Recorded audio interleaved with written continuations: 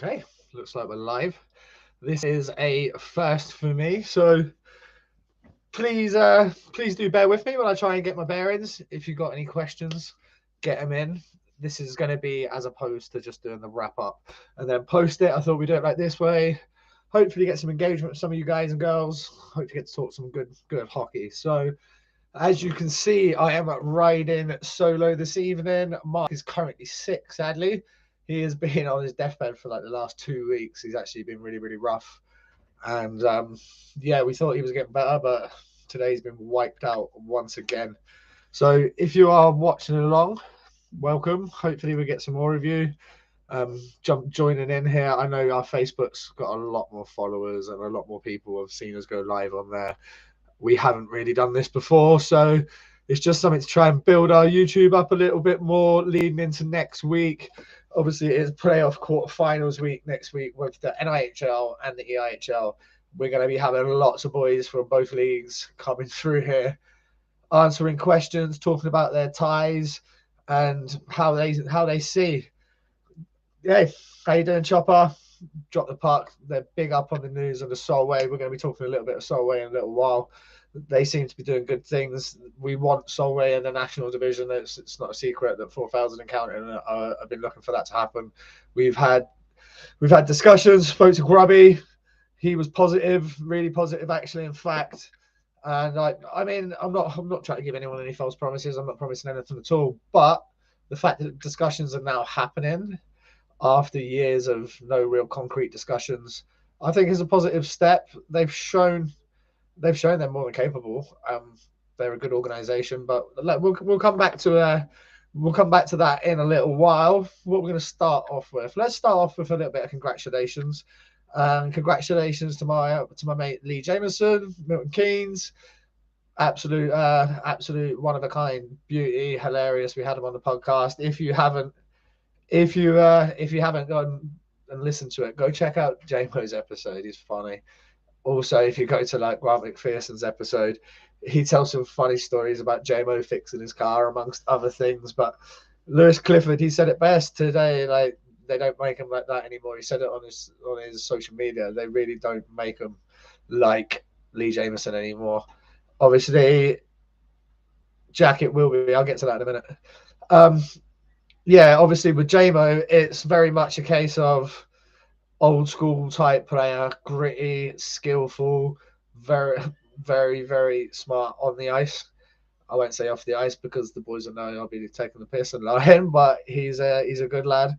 And 600 games for Milton Keynes, when you consider he was in Belfast amongst other little pit stops, it's incredible that he's reached that achievement. One of the actually best MK boys, same sort of ages with me. I think he's a year older than me.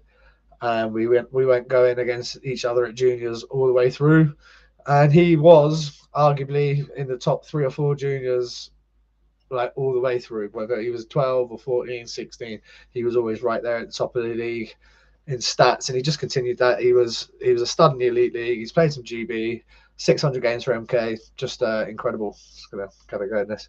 Jack, we'll get to that in a sec. So, for those that are watching on, Jack's asking what's going on with UCAD round 2. Nothing as of yet. When I know, you will know. It is going to be out there. It's going to be a special episode. Everything's going to get released. You guys are going to find out exactly what's been happening with UK anti-doping, what's been happening since. Yeah, it's going to be interesting. There's going to be a lot of heads going, what the fuck? Honestly, it's madness what I've been going through for the last couple of years. Obviously not been allowed to say anything, but the tribunal's done now. Still not going to elaborate much more than that right now, but there's nothing to do with drugs. So even though it's anti-doping, it's literally nothing to do with drugs. But we're still waiting on answers. So until those answers are in my email inbox or they've been spoken to by Sport Resolutions, I won't be saying anything as of yet. I can't wait for you guys to hear. It's so fucked up. Honestly, it's wild. I can't wait to share evidence and literally just tell you exactly what's been going on, what I've been going through, what a witch hunt it's been. But yeah, I'm not going to let that deter me from doing what I'm doing. We are doing good things at 4,000. We're growing all the time. I know this is a little bit low on numbers, but I think the more of these we do, the more the channel grows. I think we're up to like nearly 6,000 on Facebook. So if it starts to translate across, you know, we're pushing like a couple of thousand on Instagram, something that we don't really use that often. So that is good. We'll be using that a little bit more. We are trying to get, excuse me, we are trying to make sure we've got a player from pretty much every tie of the week next week. That's going to be huge. So there's going to be lots of podcasts. We've obviously just released the Dominic Osman episode. If you haven't listened to that, go check that out. It's a long one, but it's good, and it talks a lot about player pathways and development and how crucial that is, and also pathways between the leagues, whether it be NIHL 1 North, International to the Elite League. Even like before that, we get into the special dispensation for 15-year-olds. It's something that I've talked about on here. We are going to eventually do a video on it. We spoke about it in different podcasts and on different videos, but it's a subject that we feel deserves an entire video to itself. That will be happening. And with that in mind, if you think about the fact that Canada can do it in the major junior league, you're telling me like a 15-year-old kid in Canada can play against 18, 19-year-old men in major junior, but we can't have it here. Let's face it, most of the guys in NIHL 1 national or either are nowhere like near as talented as your major junior guys. So if it's okay for the really exceptional guys in major junior, whether it be the Q, the Western Hockey League or the Ontario Hockey League, if guys can maybe 3 or 4 a year or maybe less, but at least get some of them going up. Any other questions, guys? Get your questions coming in, because the numbers are starting to build up. I want to like get the chats going, get people talking. That's why we've done it this way. Just make it a little bit more interactive for you guys and girls that are watching. Obviously, everyone else that's watching back, sorry if you have to keep listening to people's questions, but it is what it is. We've got more congratulations to dole out, and that's in the shape of Leeds Knights. They are fantastic champions, and they sorry, I just got distracted by it. And if folk haven't watched Michael Misa in the EIHL, check him out. It is a sick joke. And there is guys that are coming through at these levels, and you give them the opportunity. Just because they're 15, it's by no means a reason to cap them. I really hope it's a rule that the EIHA look at. Whether they will, God knows. I mean, I hope so. I think we've talked about it on pretty much every podcast. We've had people with any sort of development role in the country, whether it be Dom or somebody else. That's fucking funny. Ant says his website is only 3 years younger than that that Michael Misa. It is very true. So guys that have got talent, I'm congratulating Leeds. Finn Braden, this kid came down to Basingstoke last week. He was probably the best player on the ice. He got man of the match. I believe he had 2 and 1. He looked very, very good. I think he then had a very good game against Basingstoke up in the Castle on the Sunday. He's on a 2-way there. I think it's Billingham, and he's come up and he's taken an opportunity. He's going to do big things next year. Jamie, what you saying? Legends Night in MK tomorrow. Over 20 ex-players, management, and volunteers. Ooh, there's going to be some sore heads on Sunday. Maybe both, actually. It might be a bit of a 2-day sesh. Let me know, Jamie, what legends are coming down. I know you had a few guys there for Roscoe's shirt retirement. Love that MK did that. Huge shout out to you guys. One of my favorite people I've ever met in hockey is Ross Bowers. And yeah, the fact that you guys put his shirt in the rafters is awesome. There was some characters on the ice for that photo at the end of the night. Here's a question. I can't see what your name says. It just says X, but I'm going to go with it anyway. What teams do you think have the potential to reach the top of the NIHL League next season, especially any that have improved drastically throughout the season? I'm going to answer this with a brain teaser. I don't think we know, because I think Solway come in the league. And I think if Solway come in the league, we go conferences. If we go conferences and the Northern Conference is Leeds, Sheffield, Hull, Telford, Solway, and I can't remember what someone said, maybe Peterborough, whoever it is. It's going to have a big impact. If it's 2 home, 2 away, and then 3 home, 3 away in conference, I think it's going to have an impact. It will also impact who can sign players, because all of a sudden, so we're going to be in the market. Some of those northern teams are going to have to either spend a bit more money, or I don't know, maybe lose guys. Maybe guys fancy going there. I mean, this is purely hypothetical. I just do really think it's going to happen. So I'm going to base my answer around about that. But I don't think Leeds and Oaks lose many players. If they do, they replace them like for like. Ross Venus, congratulations to him for 12 years with one club. That is absolutely phenomenal. But he is leaving the Coventry Blaze. There's going to be plenty of speculation around where he goes. He'll play a part in an NIHL title team next year. Someone in the comments remind me in a minute to go back to the reason why I think he's leaving. But I'm going to stick on the question that's asked at the moment. So with that in mind, I still think it's going to be, you're going to have to beat Leeds. And if Leeds keep a team like this for a couple of years, you're going to struggle to beat Leeds. Mac's going to be a year older. Brownie's going to be a year older. Shooter's going to be a year older. More experienced. Scary to think about the fact that they're all so young. And then they're just going to keep adding bits. Finn Braden's going to be an extra year older. He's going to be taking probably more of a full-time role, I would imagine, next year. And he's earned it. Leeds are going to be very tough to beat. MK, they've had a good season. They've just fallen short at the last hurdle. They're probably just one or two pieces away, and it's really not far. Yeah, there is a video of Finn Braden doing the Forsberg. If no one knows what the Forsberg is, it's the old one-hander. Absolute sick finish if you can pull that off. The Leeds Knights, for me, I don't really see anyone else having the potential to beat them. I don't know how they beat them. How do they beat them? How does a club say, even Swindon, who does Swindon sign down south to take them over Leeds? They've already got like Bebris. They've already got Cowley. Obviously, Floyd's gonna go, but he's another year older. Maybe they start looking at different options. Not for Sam. I think Sam will be there until he doesn't want to be there anymore. And quite rightly so. I would have him on my roster. One of my favourite teammates ever. Absolute, well, the Bulldozer. Loved having him as a teammate. Be interested to see if. Do you know what? It's a shame Peterborough's such a shithole, because if it wasn't such a shithole, they could probably attract 2 or 3 more guys. If they had 2 or 3 more guys that wouldn't mind going to Peterborough, they've got a good team.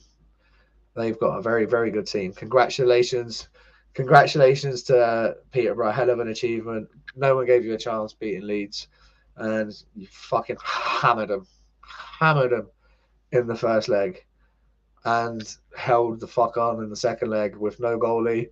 I say that's disrespectful. Sorry, Hepburn from Solway.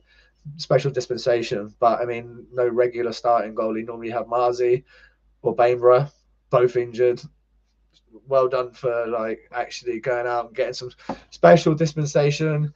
I think it would have been nice to see Tyler play, but to chuck a kid in a final on his second, maybe third ever National League game might just be a bit of a piss take. You know, especially with a 6-goal lead. Do you know what? If you were losing that final 7-1 going in, you start the kid. It doesn't really matter. If you win, then great. You don't go and get a more senior goalie. But in the scenario where you're well out in front, you don't need to be putting that pressure on the kid. Not at this stage of his career. Let him get his feet wet a bit more. He's done well in the opportunity he's had. Hopefully, maybe he plays a couple of extra games this weekend for him while Marzi's. I'm not even sure. Is Marzi going to be back for playoffs? Because that's going to be a massive factor in what happens with Peterborough. Right, Jamie, let's have a look at this line. Vito, yeah, Beauty, Ross. Holy shit. Right, when you see Kurt Irvine tomorrow, I've been trying to track that man down for 4 years since this podcast started. When you guys see him, tell him what he wants in for a 4,000 Counting podcast. It will be the most listened to and watched episode of 4,000 Counting ever. I can absolutely guarantee it. Kurt Kevin Irvine, an open invite to come on and talk hockey, my friend.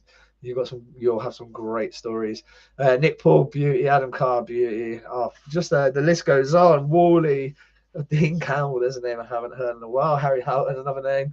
Phil, Dwayne, Dog Newman. Wow, Farney, Braz, and Cliff. Wow, that is a great lineup. That's what I love about MK. It's just It's such a bunch of beauties over there. All good guys, all good stories, good storytellers. Had a few of them on the pod. We've had Wally on, Kazi on, Ross Bowers on, Wiggy, Farney, Cliff. Cliff's coming back on, guys. Congratulations to Lewis Clifford, just being named head coach of Chelmsford Chieftains. I think that's a massive thing for them. Well done to Leone for stepping up and finishing the season for them. That was huge that he did that, but they've went out and got their guy. I didn't even see it coming, and I think it's a really good move. I love it. It's good for Cliff, gets him back in the game. Less commitment than the National League, which obviously some guys do prefer. And I'm not going to speak on behalf of Cliff. Obviously, we're going to talk to him very soon, and we'll hear what he's got to say for himself. But I think he's going to be more than capable at that level. He's going to have some good contacts from his time in MK, and he will sign a different looking team. He will have him playing a different way. And hopefully that will see Chelmsford like step back up and be in and amongst it again. Hoping, actually, here's another one for you Chelmsford fans. I think we might be securing the Bartlett boys for a double chat, which is going to be fun. It's going to be fun. So talk to Cam. He's like, no, get your brother. Let's go. Let's get both you boys on. So they're two lads in that league that I really wish would step up. I think they've got bags of everything about them. They've got fuck you about them, which I love. They've both got skill. They've both dropped the mitts. I really wish, obviously, their dad didn't own the team, so they might be more inclined to go elsewhere. But they are two talented lads. I look forward to talking to them. Tyler has the ability, but Hepburn has the experience in the situation. Yeah, okay.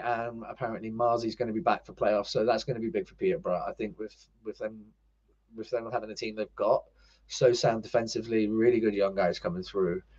And they're very smart. They've already signed these fuckers up. They're not taking any opportunity to take any risk of even going into the summer. They're putting these guys on year deals, 2-year deals, and I think that's very, very smart from the club's perspective. Peterborough seems to be doing good things. They've obviously won that cup. They'll be dangerous in the playoffs if Mars back. That's a massive bonus for them. Oh, sorry. Cheers, people. Right, give it 3 seasons. Leeds would have their brick core set up to step up to their league. No. Nope. There is no stepping up from this league. It's not this. You can't. There's no stepping up from. Look at MK. They went up and it was a clusterfuck. It was a joke. It really, yeah. This is. I'm not even. The MK Wii Racer. No idea what that is, but I'll read it anyway. Does Britcourt even matter when import level is going to 15? Oh, well done. That's as good as reminding me about Ross Venus. I think this is the reason Ross has gone. This is me purely speculating, but with 15 imports coming up, he's now at a stage of his career where he's going to be doing things on and off the ice, as he says in his press release. Where would he go is the question. Now, if he lives in Coventry, logistically, Telford's probably one of the closer ones. MK is a good bet. But there's nothing saying that he isn't willing to move, and he might be work. I know we used to talk about these guys working off ice. But a lot of these guys work remotely now from their laptop. So would he end up in Leeds? I mean, if I was him and I was stepping down, I would be looking to join MK or Leeds personally. With his experience, depends on what he's going to be doing away from hockey. But yeah, Britcourt doesn't really matter when the import level is going to 15. Because in all honesty, who asked that? Let's go back through the chat. Jack, Leeds have the Britcourt to go to the Elite League now. It's not going to get any better than Kieran Brown, Cole Shudra. It's not like Sam Gospel. There's your 3 guys. If you're taking 3 guys from the league to go, that are going to be in the top 5. Alongside Shawnee Norris, probably. Great penalty shot goal from Shawnee and a great breakaway goal from Shawnee. Venus played in for MK. Yeah, we can't read anything into that, Jamie, mate. There was only 4 teams. You had to sign for one of them. It didn't really matter which one. It was more of a case of getting on the ice, I think. Steel Dogs obviously went on and won that with Jonathan Phillips and Kirk. I loved the series idea.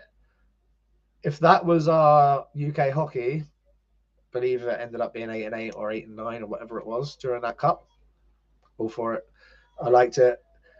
if we could get a happy medium of that and have a gigantic league, that would be the dream. But you can't because of the sheer like revenue split. It would never work. But I would love to see that.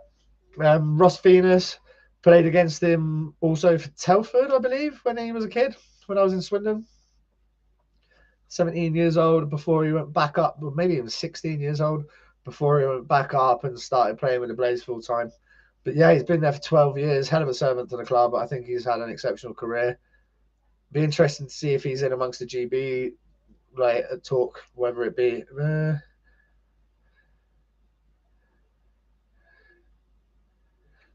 Venus, this is from Venus is reportedly going to be working close to his home, but he would walk into, well, yeah, he would walk into every team in the league. You're saying realistically, Telford played a year there, or maybe two, MK or Swindon.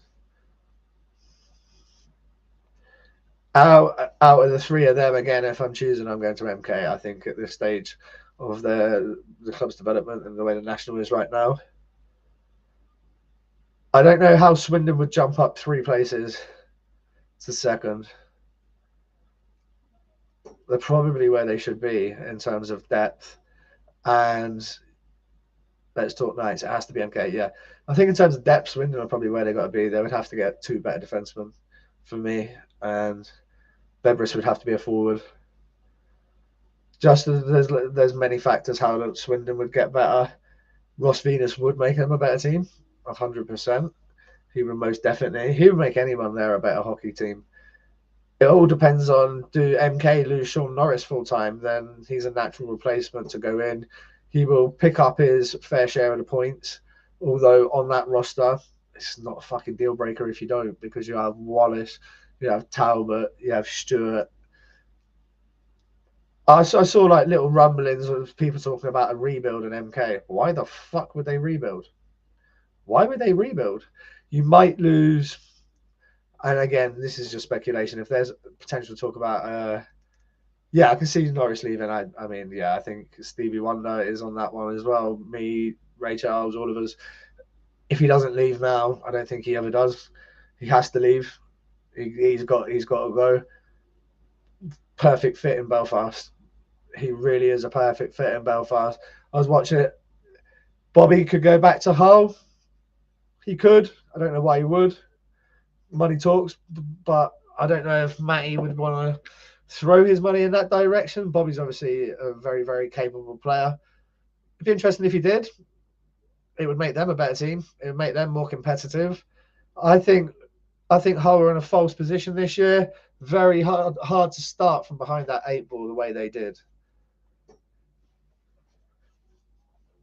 Rumours of Stewie going back to the US. Now, I think Stewie kind of addressed this a little bit on Twitter. According to who? It's not according to him. So I think maybe rumours are rumours for a little bit. And I think, is his missus pregnant? I'm sure I saw his missus is pregnant. So if he is, fair fucks to him. Good luck. Go enjoy being a dad. I've just become a dad.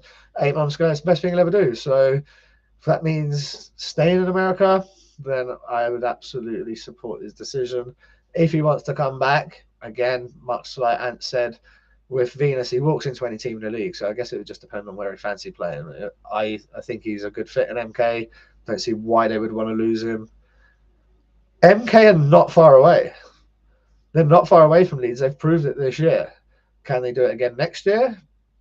That's got a lot to be left to be desired. I don't know if they will. Do they have enough youth? Arguably, no. They probably don't.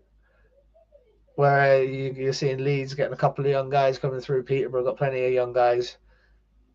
Sam Talbot, I'd be interested if Norris goes. Does he stick around? I don't see why he would leave. They don't have to go everywhere together. But with Shawnee not there, maybe it's a temptation of somewhere else. I don't know what's going to happen with import level as well. Obviously, if it does go 15, the fact that Ross is stepping down, I know of 2 or 3 other veterans that are stepping down. There's going to be guys that are going to be moving. That National League, if they up the import numbers to 3 like they should, and like they will, I think, they add these guys that are stepping down, the league's going to be a fucking damn sight better next year. That's for sure. And as a whole, that's good. That's good for the product, good for the content, good for development, and also if they're smart and they start advertising it properly, good for getting new bodies into rings. Oh, Bailey Perry, Tyler Perry's little brother, doing well. Yeah, he's a good lad. Yeah, Jamie, I saw you saying that about MK losing their heads in Romford. Nah, I don't think that was it. I think you've been in a false position, if I'm honest. I think Leeds beat you back to back this weekend. There's a 14-point gap at the top. The whole thing was a facade, and as Biz would say, it's a fugazi. The fugazi. They were never in it. We put a post out about 3 weeks ago, and Bobby Chamberlain messaged me and said, "Don't write us off yet." And I was like, "Okay, show me something." And then I think they lost 3 out of the next 4, or 3 out of 5, or whatever it was. MK have not been as good as Leeds this year. They've been good, but they've not been as good as Leeds. That is not to say that they don't catch fire in the next 2 weeks here, pump Leeds twice this weekend, and then just go. Okay, I'll come back to that. Right, Jack, you guys on the comments, let me know. If you were Solway, you joined the National, who would you pick up? There's a good question. Someone remind me what I was talking about. Oh, yeah, back to MK. Don't get me wrong. Losing the situation, the way they lost their heads against Romford, shit happens. It happens throughout a season. To pinpoint one game is very difficult. If Leeds could have maybe lost a couple more along the way, and it was going into the situation of this weekend being a kind of winner takes all, that would have been amazing for the league. Very, very nearly good scheduling. Let's have a look. McBean would probably go back. Well, he scored his first. He's already there, but yeah, he scored his first goal for Dundee Stars the other day. Good for him. I think it came off his back or something, but fuck it, we'll take them all. It doesn't matter. Go to the net. Good things happen. Ethan Reed, maybe potentially. It'd be interesting. Like Grubby would have his work cut out. He's got a good team already. You'd have to make some tough decisions on who was to stay and who was to get released, or how they would divvy up ice time. But there's going to be guys that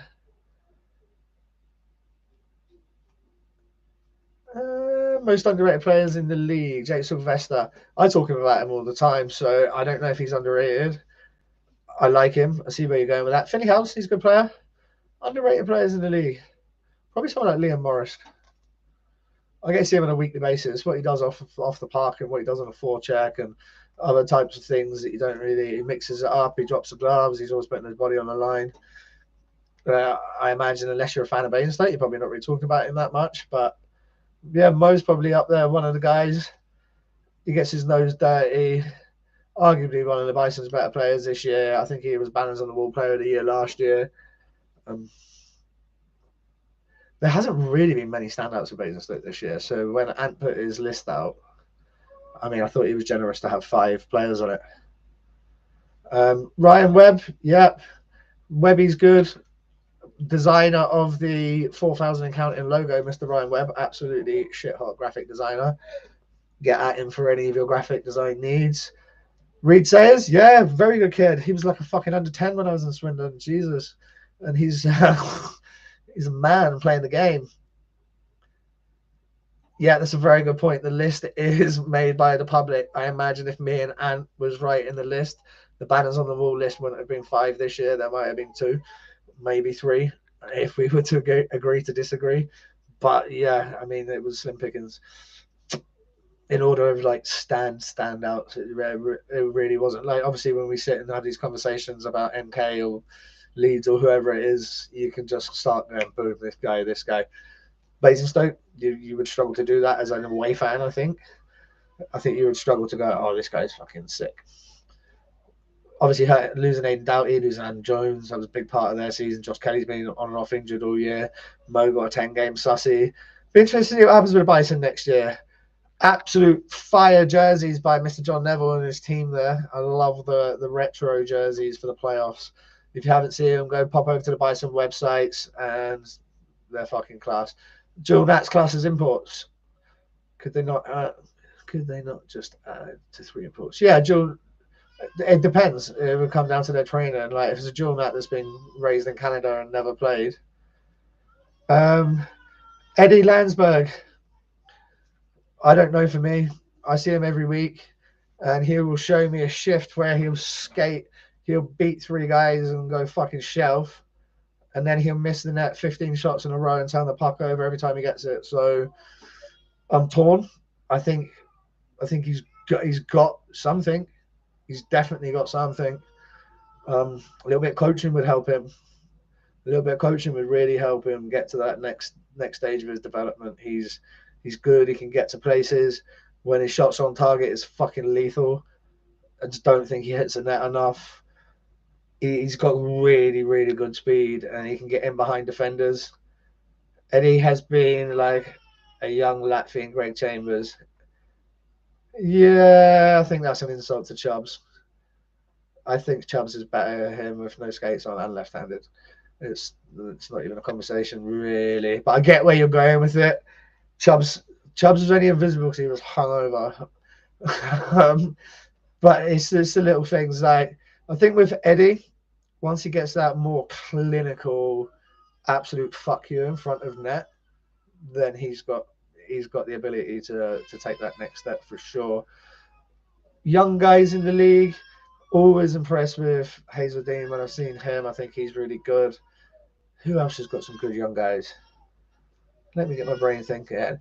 I like a couple of the Romford players. That they're good. I think Ethan's had a good season. Obviously, talked to him on the pod earlier this year. Sorry, I'm going to shut that door. The baby's going.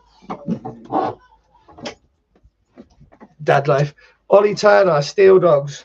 Now, although I've watched a lot of games, I can't really say that I've noticed him, i.e. he's jumped out and impressed me, or he's not unimpressed me. It's not one of the guys that I would traditionally think of when I think of the Steel Dogs, and that is not a disrespect thing. It's purely, I would say maybe I saw the Steel Dogs less this year than I would have previously. I'm still probably tuning into. There's a name, obviously Malik. I would have rung him up, but I think that would have just been pure obvious for me. Malik playing our charity game. Hopefully, he'll be playing in the next charity game, providing he's not on family holiday.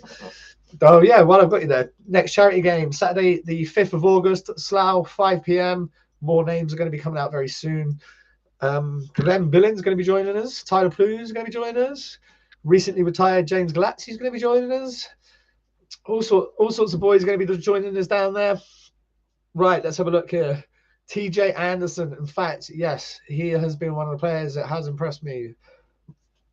He stepped his game up from the national level. National 1 level to National 2 level, pretty much seamlessly, in fact. He was down in Basingstoke the other day, even though Romford were fucking terrible. I don't know what happened. They turned up without Aaron Connolly, without Ethan James, and without Danny Scott. And they did not look like very good. The team that came up earlier in the year that I saw twice and put an absolute pumping on the Bison at home, they look completely different without them. So hopefully all those boys are back for Romford and ready for the playoffs, because if they're not, it could be a very, very short playoff run for those guys. Owen Dell needs to be in the National League. Well, again, another charity game boy. I actually contacted this will be the first you're hearing of this, Owen. When I saw he was first coming back from the States and joining Invicta, I reached out to one of the National League owners. I said, you need to look at this kid. He's very good, and he's got a bit of something about him. I think if they can prize him away from home, hopefully he's not going to be another fucking Andy Smith, just staying Invicta and rip it up. I hope he leaves. Sorry to any Invicta fans that are watching or will be watching. He's got to leave Invicta. He's too good for that shit. He's got to leave that league. He's got to get into that National League. We spoke to him on the podcast. Go listen to Owen's episode. Like, I asked him, would you ever be interested in like the national or the elite, and the kid is like, listen to his interview, see what he says. I don't know about, yeah, Jack, my brother talks about him. Raiders a possibility for Del. Yeah, I don't see why not. Absolutely. I really don't see why not. Yeah, Jack's obviously then gone on a bit of a two-way with Bracknell and Streatham. My brother said he's done well for Streatham this year, and it looks like he's done all right for Bracknell. I was thinking I was stood with his dad actually when the Bees were playing the Bison down in Basingstoke. Didn't know the kid, but I thought he looked all right out there. It wasn't until I put 2 and 2 together I saw who he was, and yeah, he's a talented kid as well. There is some good young players coming through. Is there enough good young players to push the old guys out or push some of the middle-aged players up to that elite league yet? Probably not. Let's talk Knights. Leeds. Right, if this reflection kills you guys, just tell me and I'll take them off, but my fucking eyes are pounding. Yeah, that's killing me, so that. I'm going to turn this light off and see how we go. Let's try that. That's better. There we go. Yeah, Owen Dell definitely needs to be in the National League. I think if he was to step up, Romford's a good fit for him. I don't know what the travel is like from Invicta to Romford. Both in Essex. It can't be that too bad, is it? Are they both in Essex, or am I talking shit? Or is it Invicta? Invicta's in Kent, isn't it? Sorry, yeah, Invicta's in Kent. I'm talking shit. It's Chelmsford and Romford that are both in Essex. Yeah, that's the one. From just trying to think of my old southwest, southeast days and try to think which clubs were where and who. But yeah, so Kent is the home of the Invicta Dynamos. Ollie Nags, I mean, I wouldn't say he's a young guy, but he's good. Ed Young, brother, I've fucking no idea who that is. MK Thunder, I find that hard to believe that they have many good players. Romford is 45 minutes from Gillingham. Ashley Jackson is there as well. Well, I think you'll find if Owen Dell goes there, Ashley Jackson probably won't have a job. He's not exactly a world beater at that level. And I think if you're going to be bringing young guys in like Owen Dell, one of the guys that you're looking to ship out the door would be Ashley Jackson. Just my take personally, which is, I was going to say it's a shame that he quit, because when I tell you he was one of the best juniors alongside Ollie Bronneman, these glasses don't matter, alongside Ollie Bronneman and Victor have ever produced, it was a sick joke. But obviously then he quit and went and done his grass hockey thing, and fucking hell was he good at that. Jesus, what a talent he was for that, winning Olympic golds and all sort. Olympic gold, definitely won like world championships, and went out and played in Holland, make good money playing field hockey in Holland. So shout out to him for that. I just think if you're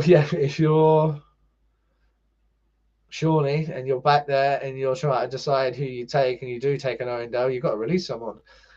And to release someone, to get better, you probably go younger. And to get younger, you get rid of guys like Jackson. Walker, where do we think he'll be playing next year? I'd like to see him on a good team. I would really like to see him on a good team. Again, another podcast guest. I think he is one of the top goal scorers in the league, fucking 40 tucks or something at my last check. Absolute weapon. It's really hard when you see guys like this, him, Gavage. Right, stick me on their line. Let's see how they do. I bet they got more points than.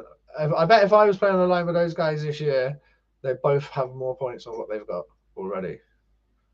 I can guarantee it. And they've already got a lot of points.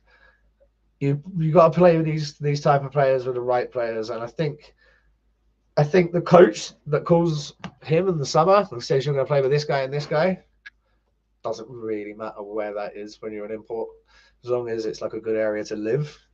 So again, would we see, I don't know, someone like Swindon coming for him? If I was Swindon, I'd maybe take a look. I don't know if Malisinski's going to stay around or if Colby is going to stay around. Yeah, there you go. Walker went from 4 flying minutes in the weakest conference of NCAA Div 1 to playing a shit ton of minutes, and all of a sudden he can score goals. Exactly. Like, I imagine that kid scored goals at junior. I'm pretty sure when we did his interview, I looked at stats, and before he went NCAA, he was scoring points. Not to the extent that he is now, but there's levels to this shit, and it's no wonder when you sign NCAA guys at this level, or you sign. When we talk about, I said earlier, right at the start of the show here, that the national guys would struggle to compete with major junior guys. Well, if you think he's playing NCAA weakest division, weakest conference on fourth line minutes, and he's just done this to the league, what a guy playing for London Knights first line, Gulf Storm first line, fucking Portland Winterhawks or whoever they are out in the West, whoever it is, they would cripple this league. And it's going to be an arms race, whoever the smartest coaches are, because nobody in the summer was like, Ryan Aldridge is going to sign Cooper. What? Guys came straight out of the East Coast. Absolute savage. Walks coming and signing for the Bees again. Nobody saw that coming. Great signing. Be interesting to see if the Bison stick with their imports or if they go elsewhere. I think Gale's been very good. I wouldn't be personally looking to bring Balaz back. If I'm Bristol, I haven't seen their new import. I've seen Owen at the start of the year. I haven't seen him again since. Owen was good at the start, so after his injury, I'm hoping like he'll come back. He loves it there. Good lad. He's got pretty much a 2-year deal there, so he'll be back. Interesting to see who they bring alongside him. They've got to get much better depth, Bristol. They've really, really fallen away. They started well, but since January, I don't think they can buy a win. Balaz comes back from the third. Nah, not good enough for me. He wouldn't be back as my third. I don't know why. It's not worked. Why would we bring him back? It's not worked. Arguably, I'd keep Gale as a third just to fucking kill people. But yeah, Balaz, he would be out the door for me. I'd want 2 imports that can actually put up some decent numbers and actually take a game by the balls. I want more physical imports in the league. I think the North American route's a good route to go down. I'm kind of glad that we started to see a bit more of that. It's got a much more of the old school EPL feel than when it was just mainly Euros. That's not taking it away from any Euros. I had my most success with playing with Euros. Nick Corrick has been a good addition to Bristol. Don't know if they'll be able to keep him though. Based on not being able to keep him for what? That he wouldn't be good enough for the league next year, or that he would maybe perhaps want to go elsewhere. Let me know what you're saying. Guys, while I got you there, don't forget, we have the charity game. Saturday, 5th of August, if you've just joined us. I don't know if you're coming in late. Saturday, 5th of August in Slough. Name's already been announced. I'm really looking forward to it. We're going to be raising money for a motor neuron disease charity amongst a couple more charities that are going to be getting announced at later dates. We do have a couple of little bits of merch available, a couple of hoodies left, a couple of jerseys left. Please get them out of here. My missus is getting me a hard time. It's cheap prices. Get them out. Let's go. We've got a band. We've got an Owen Dell jersey, actually. Owen Dell, Richard Harris, a couple of them boys. Richard Harris has like 100,000 followers on his fitness page. If you want to go make yourself sick, look at his abs all day. Check out Rich Harris PT. He's a good lad. Love a check the charity game boy. Absolute beauty. But yeah, there's a few jerseys there. Timo Lindgren, RAF lad, helping out our country, help the podcast by buying a jersey. Mainly because I get these boxes out my kitchen, which then means I'm allowed to order new merchandise. We are actually in the design phase. Feel he could go elsewhere. Is Bristol consistent? Its consistency isn't great. Yeah, I don't think he's done enough to come in and be picked up to go elsewhere. Let me ask you guys a question and then I'll give you my take. If it goes to 3 imports next year, is there any imports in the league that you would take to be your 3 imports? Or would you take a gamble?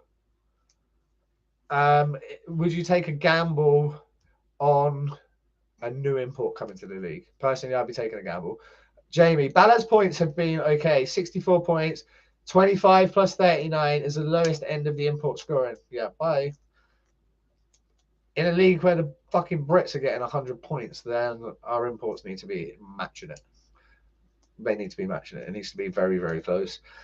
There's a lot of Brits with more points than him. And he's not a bad player. Like, he's legit on the face-off. And I think maybe in the old school EPL days of 5 or 6, you would have him as a 5 or a 6. But he's nowhere near a top 3 import for me. Not even close. That would be what I would really like to see, Jack. I think that's what makes the league better. I think if all 11 teams, potentially 12 teams, were to go and import D-man, no import goalies, all go import D-man, 2 import forwards and import D, not only does it help develop the British D, it shores up a lot of teams' power plays. We're seeing a lot of teams having to run with 4, 5 forwards on a power play because they don't have that great offensive defenseman on their rosters. You stick a fucking Marcel Petran. I mean, I would love to have Bomber and Mindy Kirias. Mindy Kirias would rip this league apart. Absolutely rip it apart. It's not physical anymore. He could just do what he wanted. Kavetin could do what he wanted. Petran could do what he wanted. All those big, strong imports. Jan Krajcek do what he wanted. Robert Schnabel do what he wanted. Oh, black fella that played for Manchester. Big black guy, number two. Swedish kid. He was fucking sick. So good. Even Yanni Melekar. There's lots of really, really good. Blaz Emisic playing as a D. Like, so good. I think the league's missing having import D-man, personally. There it is. Matheson. What a savage that guy was. Hard to play against. You fucking hit him. You're like, "Woo!" You hit him wrong. I mean, I'm not a small boy. You hit him wrong, and yeah, you were in real bad trouble. He was built like brick. Andre Matheson. Yeah, the guy was a real deal. Very, very good. Don't get me wrong. There's been some duds. There's been some dud D-men, but there's some duds forwards as well. I think the overall standard of the league goes up as you introduce import defensemen. As a coach in a 2 import, I don't know if that's the dog of my wife. Hi, Sky. As a import, as a league, and if they was to go to the 3 imports, and they do go to an import D-man as opposed to an import goalie, I think it develops the game more. There's no doubt about it. If you add import goalies and you go out and get import goalies, then Yaraventi and Zato the best you've seen. Yeah, Zatopek was fucking legit. Getting hit by him with the puck. So has it been a gentleman's handshake on no import netminders? I don't know legally if you can do that, Jack. I don't know how it works. I don't know if you can just say, right, lads, right, we're not going to sign imports. It's hard, right? So if I was Leeds, for example, next year, and Sam Gospel decided to say to me, he came in, he went, Watty, I'm going to go to the Elite League. I'll be like, okay, cool. Good for you. Go do it. On that roster they've got, I sign an import goalie. I wouldn't bother with an import D. You don't need it. I would sign import goalie, and they wouldn't lose a game all year. And the league would be finished by fucking December. Like, that kid that Coventry just signed. Yeah, I don't know. It's a gentleman's agreement, but a gentleman's agreement's a gentleman's agreement until somebody fucking breaks it. It's also British hockey. I mean, I would... Slava would want an import netminder if he can. I don't think he would. Mars good enough. He's proved he's good enough. Arguably, they would all want import netminders. That guy that Coventry just signed, I've talked about him on this podcast recently. He signed Hungarian national team, played against Guildford, who was second in the Elite League, 45 shots that night. He was phenomenal. Like, phenomenal. A national team doesn't beat him on a night like that. Not a chance. I mean, Guildford struggled, and the goals they scored were 45 seconds to go with a tic-tac-toe 6-on-4 backdoor goal that nobody's saving, and a third rebound. But yeah, and I'm sure Ant's right. He's normally the man to know about this sort of shit. Next year, if that is the understanding, then Sky, fuck off. If that is the understanding, then I'm happy about that. I'm really happy about that. I don't want to see Brit goalies losing their jobs to imports. I think some of the Brit goalies do need to maybe up their game a little bit. Otherwise, some of them need to up their game a little bit, Jack. Then there's some good ones and there's some average ones. and the average ones have got to buck it up, otherwise they're not going to be in their position for very long. With guys like Tyler coming through, 17 years old, he's going to be wanting to take some guys' jobs, so he can't be the only one. Yeah. The handshake will be no more next year. Import goalies will be allowed. Yeah, well, there you go. It depends how much you factor into an import goalie, and if you can sign a top-notch import goalie, that will be, I don't know, 20%, 30% extra wins for you. And we're talking proper top-notch. I'm not talking fucking that dickhead I played with on the Isle of Wight. Slavomir Sojak. Fucking dickhead. Do you think Zamodra will retire? If they win the playoffs, yeah. Sky, get up. If they win the playoffs, then maybe. But you're telling me he's not being like the best or the second best goalie in the league all year? Yeah, if you are only allowed one import on the ice, if you go with an import netminder, I don't think that matters. I really don't think that matters. The two import on the ice rule is fine with me. I'm absolutely happy to do it. And if clubs choose to go with one import netminder, then that's up to them. I believe if you're doing that, you're probably going to spend your money a little bit differently elsewhere. You may be, instead of signing a £200 a week Brit forward, you sign one that's £400 a week. And you hope that he's going to put up as much points as an import forward would, which in the case of Balaz, there's 25 guys this year that have put up that amount of points. So maybe it's not even 400 quid. Maybe you're cheaper than that. And then you can guarantee your import goalie is going to be better than your Brit goalie, probably. If I say that, but it all depends on who these guys sign. Because who I would sign, I would only sign. If I'm signing an import goalie, he would need to be the best goalie in the league by a considerable distance. Like I'm talking coming from Slovak Extraliga, from Del 2, from Magnus. Yeah. I'm not talking about signing some fucking kid out of French 4th division to come and have his shot. I'm talking proper established goaltenders that are legitimate and have been trained legitimately with, you know, like a Slovakian club perhaps in their junior system. We talked to Blaho Novak. Go listen to his interview when he talks about the development in Slovakia and how it was like being part of maybe a bigger team in Slovakia under 20s versus a smaller team in Slovakia under 20s. But the development they've got versus the development we've got here is not even a fucking contest. Not even a contest when it comes to that side. But these goalies have gone through all this development. Then they go on and they end up playing the Extraliga, which the hockey's legit. It's really good. Same thing with Czech guys. Lots of good Czech netminders. I don't know. I'll be interested. I'll be interested if they do go. Also, does one import netminder trigger the rest? I don't know who Shemi is, by the way, Jamie. 16, 17. That was about 2 years after my bandmate. I didn't fucking step foot in an ice rink. I wasn't really interested. I didn't really start watching again until about 2018. I kind of had like a bit of a 3 or 4 year hiatus away from it all. And I'll pop in to see my brother play every now and again, but that was about it. I was too busy enjoying my life after fucking 20 years in ice rinks. Longer. Well, I did have some other points to talk about, but it's turned into a bit of a Q&A, so that's absolutely fine. What else have we got to talk about? I think I touched on Lee Jameson just being an absolute stud, so congratulations to him. This is what I was going to talk about. It's the Elite League Showdown weekend. I'm so excited.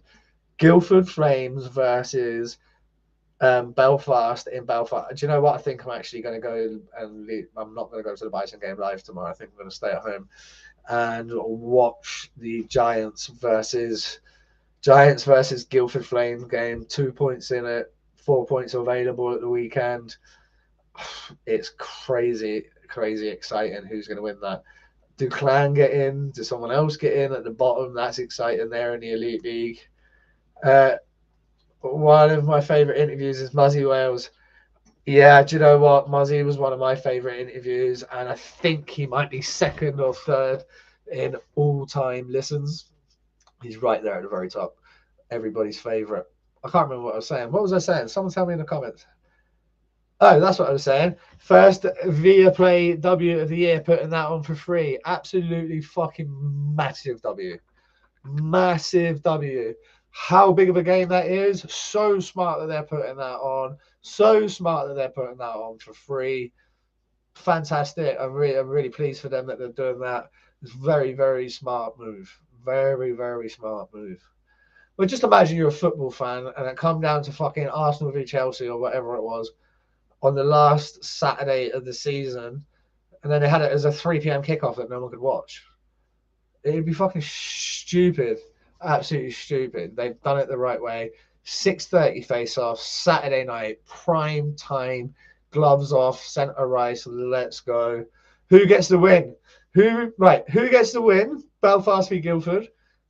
And that should really decide. And who gets the league title? Even if Guildford win against Belfast on Saturday, they need things to go their way on Sunday. Belfast aren't losing to Dundee. I mean, if they do, I'll eat my fucking hat. Dundee are a nonsense this year. Like, absolute shambles. Their fans are so irritated on the internet, and I do not blame them. Muzzy is one of my favourite interviews as well. Yeah. Him, Karpov, Melacrino should never made sense as a line. Melacrino should have never made sense as a player. He was just fast. I loved Melan, played with him. Great guy. He's just fast. Belfast at home. It is a tough place. Muzzy will be back in MK on April the 29th for Lewis Christie's testimonial. That was one of the things we got testimonial. Shout out to Dowdy. It looked like an incredible event up in Sheffield. Shout out to Mrs. Batch coming in fire with the Josh Batch testimonial jerseys. They are the real deal. They look really nice. Also, shout out Lewis Christie, April 29th, as we just said, testimonial there for him as well. Belfast, yeah, exactly. I think you're probably right. Belfast when it's Saturday and get a very drunk phone call from one of the boys at a view from the bridge. Yep. Head says Giants, heart says Flames. Imagine Dundee deciding the league title. Well, they've done fuck all else all year, so it'd be nice for them to turn up and do something. They have been a disgrace to their fans this year. I'm sorry. They have. I don't know. It looked like they were building good things under Omar Pasha, did it not? I thought they looked like they were going in the right direction. It was busy. I love that facility. Their off-ice team, they're like Dundee Stars TV, I think is absolutely excellent product. So they've got some infrastructure in place. They need maybe a bit more money. I don't know how these Scottish teams are going to compete because it's a bit of an arms race. And if it goes for 15 imports as it's going to, the big clubs are just going to continue to pull away, and they're going to keep pulling away. And I believe, 60 points between the top and the bottom? It's not close. When you consider, like, Belfast could have stopped playing at Christmas, and Dundee still would not have had more points than them. Who does everyone think is going to finish in second place in the National League? For me, it's got to be MK. I think Peterborough I've kind of left it a little bit too late for me. MK finish second, and I think the Steel Dogs, and I'm sure the Bison will shove it up my arse, and then I've got to see all the boys in the bar, so you can quite rightly tell it's poke up my arse. But I think the Bison lose both games this weekend to the Steel Dogs, providing, I'm going to throw an old school bandy caveat at you, providing the Dogs don't rest players. They have absolutely fucking zero reason to bring anyone down here, really. Then their position's not going to change. Like, if they bring some kids out of fucking Sheffield Senators down and decide to rest Bissonette, Alex Graham, Ben Morgan, a couple of the other older boys, and give them this weekend off, I mean, I'd be looking at it. Whether the boys wanted the weekend or not, that's a different matter. But I think that's a factor. If they come down full strength, I think the Steel Dogs have too much for the Bison, and that leaves Telford Tigers. Yeah, I think we're getting a split this weekend, because why would you drag all the lads down? Yeah, I don't think they would. Technically, MK do only need a point. Jamie, you're right. I think MK do need a point. I think they could potentially get one of them games to overtime at the weekend, absolutely. if both teams are going at it, none of them are going to want to lose going into the playoff weekend. So yeah, I think MK will be there or thereabouts. So they'll get a point. That should be enough. I'm not sure with Peterborough who they've got. But yeah, going back to the Telford situation, Telford have Hull Seahawks and they have Bristol Pitbulls. I can see them getting 3 points this weekend. I don't know in which order and from who. They only need 2 to overtake the Bison if Bison get nothing. So we could end up with a Leeds versus Telford, MK versus Basingstoke scenario. And I know Andrew Day worked it out. Let me pull it out. I saw we shared it on our Facebook earlier. Let me have a little look here, as I don't want to butcher it, which I probably will. Let me see what we got here. Andrew says, here's your possibilities. Knights versus potentially the Bison or Tigers. MK versus Bison, Tigers or Raiders. Phantoms versus Bison, Tigers or Raiders. Raiders versus Phantoms or MK. Bison versus Knights, MK or Phantoms. Tigers versus Knights, MK or Phantoms. Confirms Dogs and Cats. It's pretty wild, you know. Guys, while you're here, if you're not already subscribed, please do subscribe and get more people in the mix. Swindon versus Dogs in the playoffs is a good tie. I agree. Peterborough have Bristol away and Hull at home.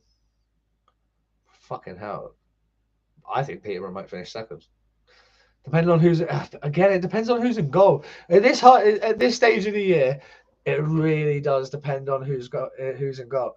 Also, like Hull and Bristol equally have fuck all to play for. So the Bristol put their backup goalie and to Hull bring up 4 guys from the Hull Jets and give them their debuts. You really don't know. I mean, I wouldn't want to be at Ladbrokes right now with fucking 20 quid in my hand trying to put an accumulator on this weekend's results, hoping for a good win, because you'd have next to no chance. You don't know which teams are which teams are playing and which teams are not. I mean, if you're Leeds, do you take Sam Gospel out? I believe Harrison Walker he played down at Basingstoke, he played up at the road last week. He probably plays next weekend. Maybe Sammy Gospel comes in and plays a home game if he wants to.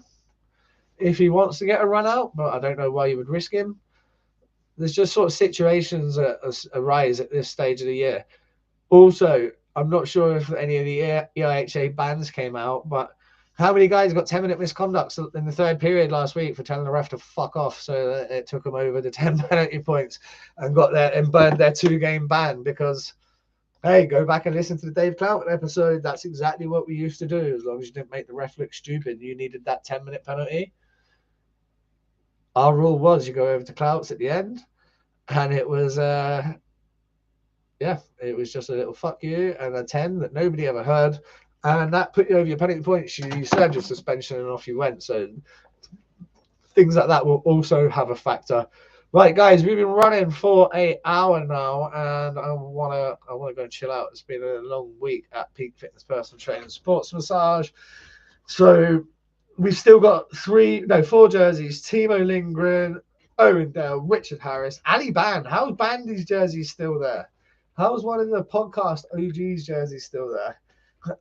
Just to have it right, everyone on Twitter, Mac didn't buy his own fucking jersey. He didn't buy his own jersey. Although I love all this shit that you're giving him, so it's funny. It's all good fun. Any other points, guys, or we're going to wrap it here? This has been fun. I quite like this format of YouTube.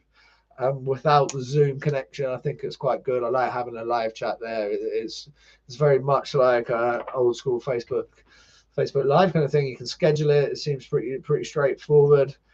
Oh, let me show you guys this as well. I forgot. On our pucks, how cool are these?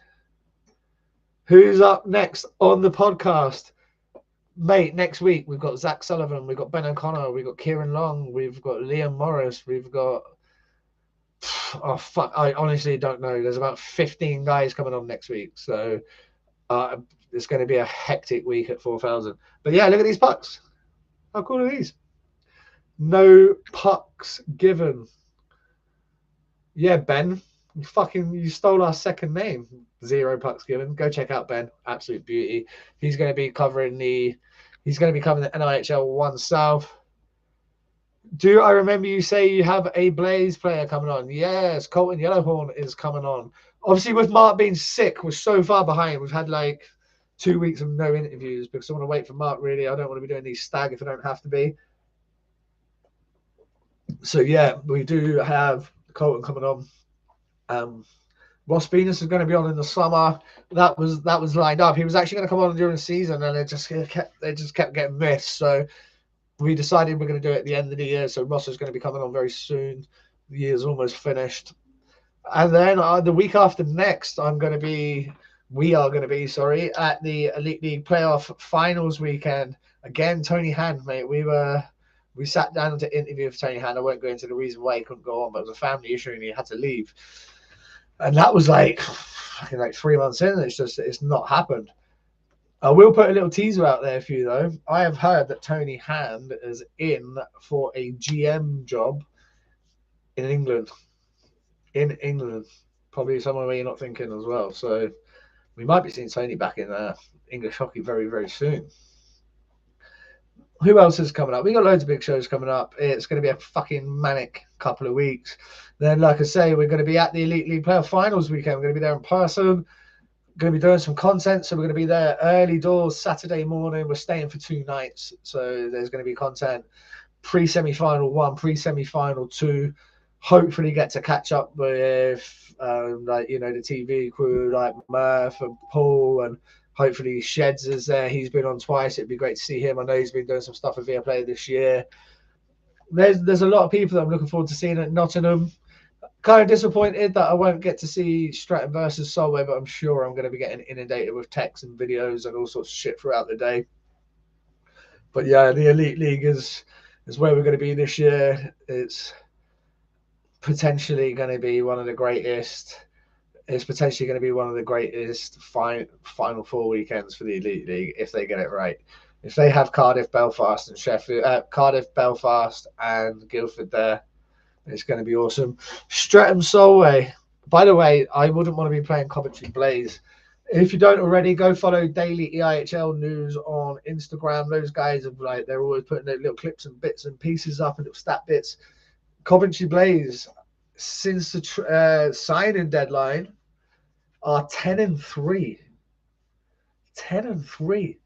They have like 0.791 points per game right now. They're fucking savage. They're literally tearing it up.